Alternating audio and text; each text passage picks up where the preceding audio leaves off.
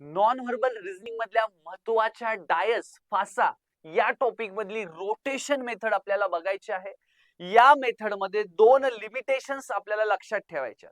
ह्या ज्या काही एकाच फाशाच्या तीन अवस्था दिलेल्या आहेत, तर यामध्ये तीन पेक्षा जास्त अवस्था दिलेल्या असतील, म्हणजेच अशा 4-5 आकृत्या असतील, तर तिथं रोटेशन मेथड वापरायची नाही.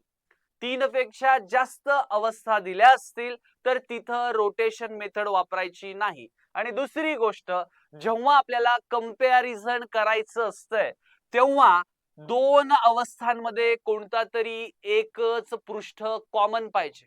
दोन अवस्थांमध्ये एकच पृष्ठ कॉमन पाहिजे. बघा इथं 3-4 आहे, तर इथं रोटेशन मेथड वापरू शकत नाहीत.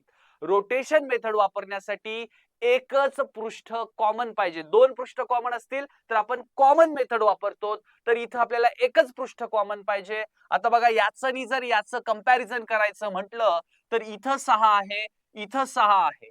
एकच पृष्ठ या दोघांमध्ये कॉमन आहे. एकच पृष्ठ कॉमन असल्यानंतरच त्यांचं कंपॅरिझन करायचं.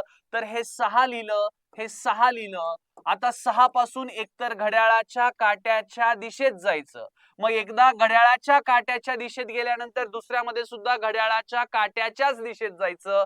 6 नंतर कोण आलंय 2, 2 नंतर कोण आलाय 5. इथं 6 नंतर कोण आलाय 3 आणि 3 नंतर कोण आलाय 4. तर 5-4च्या 2-3च्या आणि उरलेला 1-6च्या विरुद्ध पृष्ठावरती असतो.